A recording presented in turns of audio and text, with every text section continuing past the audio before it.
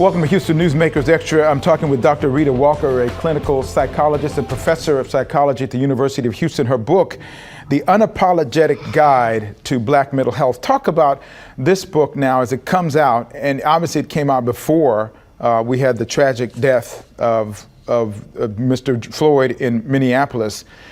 These kinds of things have been permeating the Black community for quite some time, have they not?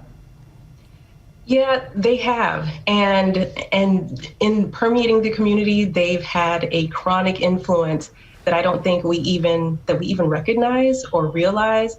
The heightened level of anxiety, and not even just heightened level of anxiety, be unaddressed anxiety and depression, and just being overwhelmed with what it means to be a Black person in our society. This thing, I know it's part of the book, you talk about sometimes the difference between depression and anxiety and how they interact. How important is it for people to understand that those things are not necessarily the same, but there are interactions between them? Yeah, that's a good question. And for me, I'm always concerned that we pay much more attention to our health problems and health concerns, our physical health, than we do to our emotional and psychological health. But interestingly, anxiety can mimic physical health problems. So for individuals who feel chest pain and tightness in their chest, and they go and see the doctor, and the doctor says, there's nothing physically wrong with you.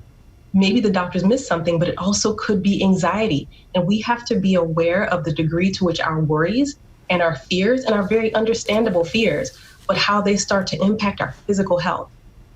The book is Unapologetic Guide to Black Mental Health. What is it you hope that people will get from this? When they go and they see this and they pick this up, what do you hope that they will gain from having read your book?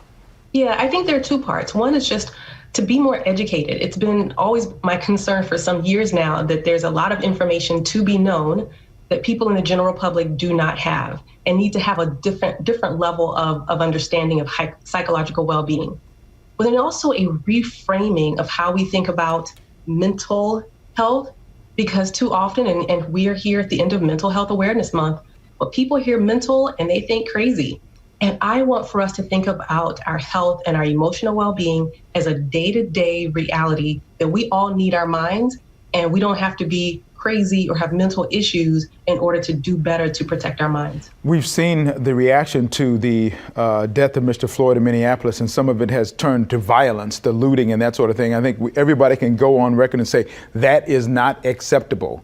As we look at that, that kind of reaction, while some of it is irrational, how much of it do you think is a direct result of anxiety?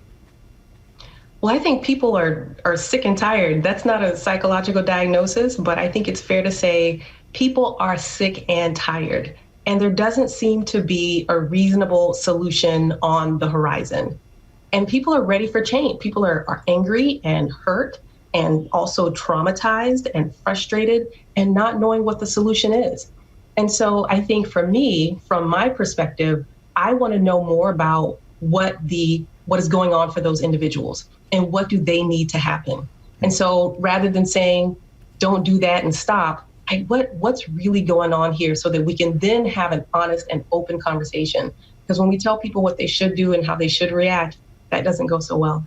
Doesn't go so well. Dr. Rita Walker, thank you for being with me on this Newsmakers Extra. The book is called The Unapologetic Guide to Black Mental Health. Good luck with that. We appreciate you. Thank you. Thank you so much. Thank you for watching this Houston Newsmakers Extra. Share it with everybody you know.